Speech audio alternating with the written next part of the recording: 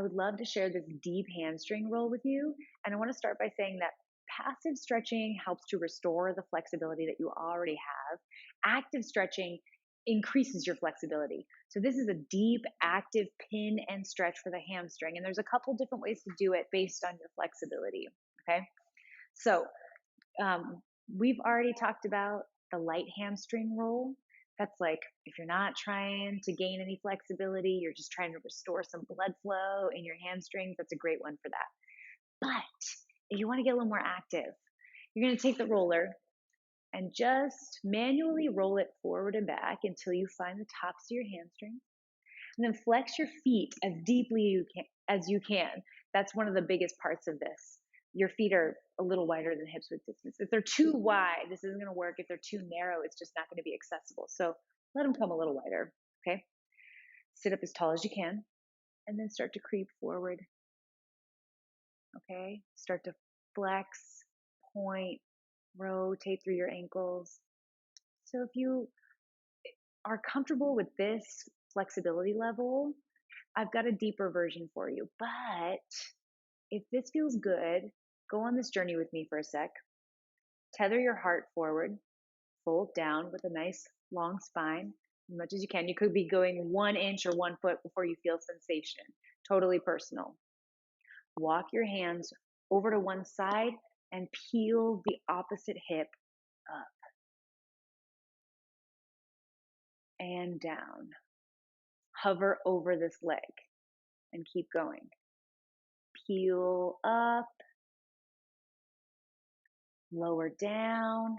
You are stretching this left hamstring while pinning it down and then wrapping the roller from one side of the attachment to the other. Okay, and then you would do that a few times and go to the other side. I think it's always a good idea to have an active stretching series and then finish it off with a passive stretch.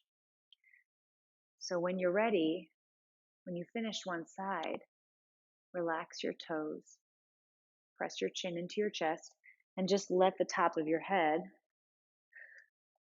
drain down over your leg. Ooh, okay. That's a double hamstring pin. There's a single hamstring pin if you are feeling very flexy. Okay, this one gives you a little more room to experiment if you already have the hamstring room to do it. So find that spot, top of the hamstrings, middle of the hamstrings, whatever feels right to you.